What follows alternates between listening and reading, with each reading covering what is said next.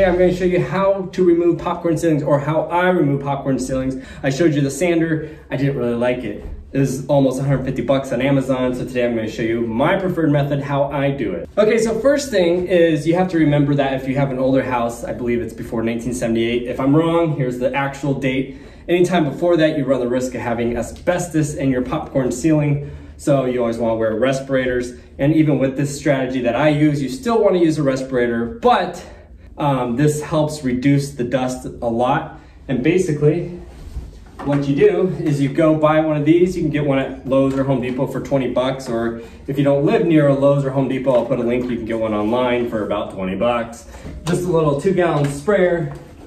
You pump it up, builds up pressure, and then you spray away. What you do is you put water and vinegar in it. There's no magical formula to it. I would say like 80-20, 80% of it's water, 20% is vinegar. Depending on how many layers of paint is on your roof or on your ceiling, determines how much vinegar you want to use. I actually go to Lowe's and I get this stuff. It's a 30% vinegar. It's supposed to be 6 times stronger than your typical grocery store vinegar. And basically it's just going to eat away at the paint a little bit, soften it up. Keep that in mind with your walls. If you already painted your walls, you may want to cover them and protect them. I always start with the ceiling first, get that finished, and then work my way down in the room. And then once you get your pressure built up, you just make rows, spraying, soaking the ceiling, and you'll be able to see the texture change based on the areas that you wet. And if you don't have paint on it, you just need to do one pass, and you can probably just use grocery store vinegar. You don't have to get the high concentrated stuff. And that's if there's no paint on it. And then once you do that, you get one of these type of scrapers. You got like a bigger one or a little one, whichever one you're more comfortable with.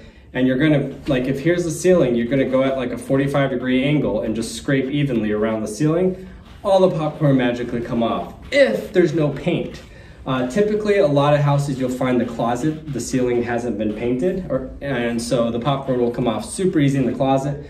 The closet's also a good place to practice in and see what it's going to do, because if you dig too hard, you can actually make tracks in the ceiling with this that you'll have to mud later, or if you don't care, you can just leave it. But it can scratch if you dig too hard or get too aggressive. So practice in the closet, it's less visible, and chances are it wasn't painted yet, so you can take it off real easily. Now, if you get to a ceiling that it has been painted multiple times or even just once, you'll find that vinegar and this strategy doesn't work, and then that's when you start looking at the sander, and you can go ahead and check that video out if you want to see my review on the sander. Some people might enjoy it and love the sander. I just wasn't a fan of it. You can see all the reasons why I didn't like it over there. But if you're in that situation where you got the paint, here's what you do. You get your little pump and you go through it and you spray the whole ceiling, get it nice and lubricated. Let it sit for an hour and come back an hour later, spray it again, and then let it sit for an hour. Do that 2 or 3 hours in a row, just letting it sit. Come back and try it every hour after you spray and see if it softened it up enough. If it didn't, just keep doing it again. And that's a heck of a lot easier than sanding it for hours. And it's gonna bubble up your paint and stuff, but that's what it's doing. It's breaking it down so the scraper can get in behind the popcorn. That's my method, that's how I prefer to do it. You may or may not like it. Here's the results. So here's the before footage, and now here's the after footage. So you can be a judgment of yourself. And quite frankly, if the majority of the popcorn ceiling is taken off, you don't need perfection in the ceiling. The paint's gonna hide a lot of those mistakes.